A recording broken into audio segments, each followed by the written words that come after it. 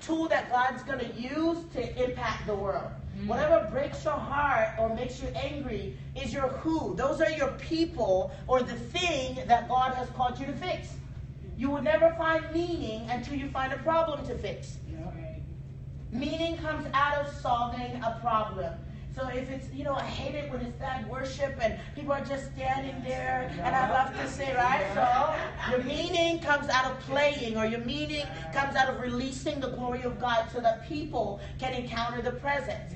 So look at the things that break your heart or make you angry. That's your people group. Those are the people that God has called you to, and somehow you need to figure out your number, what makes you feel alive, your what, and put it together. So if I love teaching and I hate when people don't have knowledge, or it breaks my heart when people, well, most likely I'm called to be a teacher, right? And I'm called to bring knowledge. I'm called to bring clarity. If I love cooking and I don't like it when, families don't eat dinner together, maybe the Lord's wanting me to put together a program for families so that they can have 5 o'clock dinner, to write a book, whatever it is. So take that and put it together.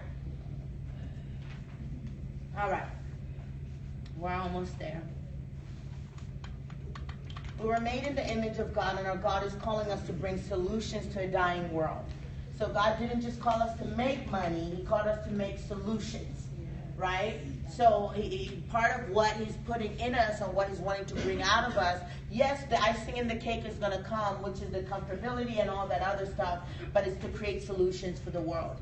Once you have a clear sense of purpose, you begin to dream with God based on that. So I gave you your what, which is number 1. Number 2 is kind of your who. Number 3, which is the fear. If you look at your fear level, the thing that you're afraid of is a clue to your destiny. Another question that I ask is, if money or resources was not an issue, or fear was not an issue, what would you be doing?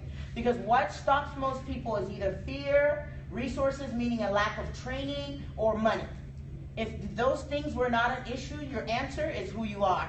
When I would, travel the world and see different countries. It may not necessarily mean that you're just supposed to travel the world and see different countries. It may mean you have a missions heart. You're a missionary. People that love to travel the world, people that love cultures, people that love meeting new people, that's a clue to evangelism. It's a clue to missions. So you want to look at if fear was not an issue, all right? We talked about your family line. Those blessings, those should align. So if you come out of a family of pastors and you love encouraging people, it could be that God is calling you to pastor. So you want to look at the family line, look at it in line with what you love to do, look at it in line with if fear or resources was not an issue. Another one, the last one, is what have you been named? What have you been named? I always say when a thing is named, it gives it permission to exist. And so this is the honor of our ministry. What we love to do is to give people languaging for their purpose, give people languaging for who they are. So a lot of times you will do something, but you won't know exactly what it is until someone gives you a prophetic word. You're a mother to the nations. You're like, oh, that's why I love to cook. That's why I love to help people at my house. That's why I love to pray for people. Or you may, be trying to figure out, okay, what is my purpose? But yet you are always fixing solutions. You're the one at work who solves problems. You're the one at work who kind of rallies everybody together. And someone says, you know what, there's an apostolic call on your life, and you've been called to create solutions and pioneer and build.